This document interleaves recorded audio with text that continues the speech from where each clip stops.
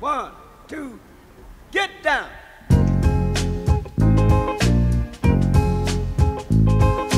Paid the cost to be the boss.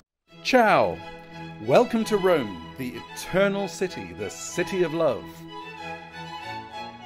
Whilst other cities have snazzy architecture and buzzy financial districts, Rome is sensual and curvaceous. Our ride, the Vespa GTS Super 300, is also rather voluptuous and charming. Like many Italian things, Vespas are a mixture of qualities which have been some time in the making. Italian football teams defend like hermit crabs in the last remaining shell on earth, yet they attack with gusto and bravura, like an animated conductor bringing his orchestra to climax. Vespas are the same blend of qualities. The name literally means hornet, and derives from the nickname they were originally given in 1946, when they were the new buzz on post-war Italian roads. Yet, today, they really carry no sting. These are bikes which carry you along serenely. Their characteristic thrum becomes a classical soundtrack to your life. They encourage you to look around and enjoy the beautiful arms of the city that embraces you.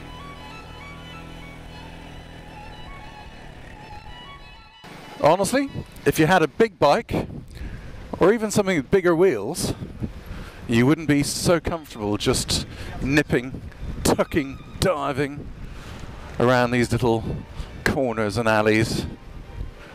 And the great thing is you can just leave it pretty well wherever you want to.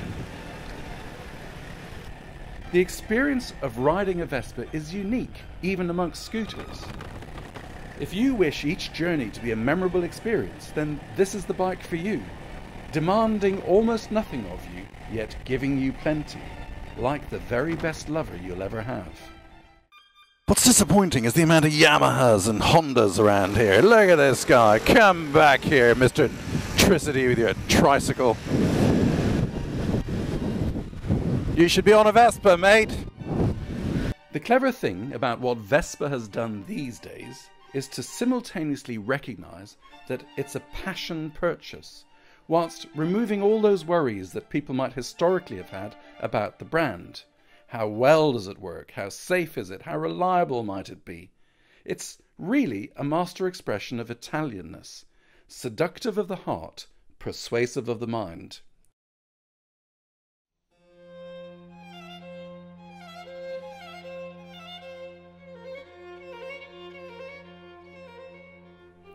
As a two-wheeled vehicle, this GTS Super 300 is pretty much top of the Vespa range. It's powered by a 278cc single-cylinder four-stroke engine with about 22 brake horsepower and a fine dollop of torque. With its automatic transmission, one smoothly moves from slow to nippy to fast with barely an effort. ABS-equipped, single-disc brakes front and back always feel up to the task of arresting progress as efficiently as a Roman carabinieri. Controls all work well and simply, from indicators to handlebar-mounted brake levers, lights, and even little details like bag hangers built into the front skirting for you. Vespas are thoughtfully developed urban partners which whisk you along from cafe to home to work, whilst whispering sweet nothings to put a smile on your face.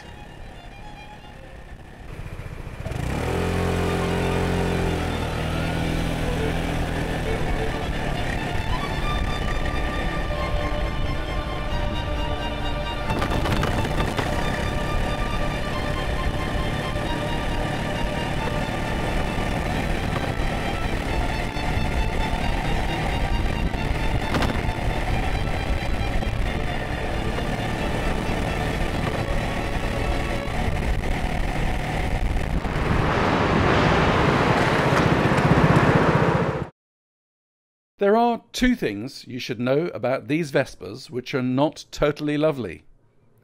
Their little 12-inch wheels really are not going to help you to conquer roundabouts at great speed. The other thing is, they'll hurt your back a bit. My pillion and I both limped around after 3 full days on this one. It's because you sit so upright, and the suspension is inevitably limited by the short movements it can make due to the configuration of the chassis. One other thing. You need to get used to its stand arrangement, which rarely inspires complete confidence that it'll hold the bike up. We were supported by Bici and Baci in this episode. They rent Vespas in Rome, as well as conducting great tours around the city. Its founder, Claudio Sara, is such an aficionado, he started a wonderful museum space on Via Cavour in 2013. It serves as a focal point for the passion of Vespa lovers. We interviewed Nicola Mamolenti there with some of his mannequins. What is Vespa all about for you? What is Vespa? It's you know what, you enjoy the street. When you drive a Vespa, you enjoy the street. On a motor, on a bike, you enjoy the bike, the power of engine. Here you enjoy what is all around. You don't have to go fast. Yeah. The the speed is the enemy of Vespa. So actually it's all about a means of going through the environment, enjoying your circumstances, enjoying your surroundings, yes, living from the seat of the Vespa, rather than the thrill of the ride. Only Porsche's 911 is similarly recognisable over its decades of life. And you know what? They're both rear-engined.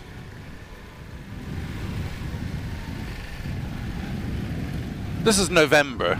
It's winter sunshine. It's about 16 degrees. But look at the colours. What an amazing city. We always end with an animal comparison, and of course in this case it should be a hornet. But that's a bit literal, and it doesn't suit the character of the bike these days. To our minds, this is a bonobo monkey, constantly amorous, unthreatening, and wired to make you feel good.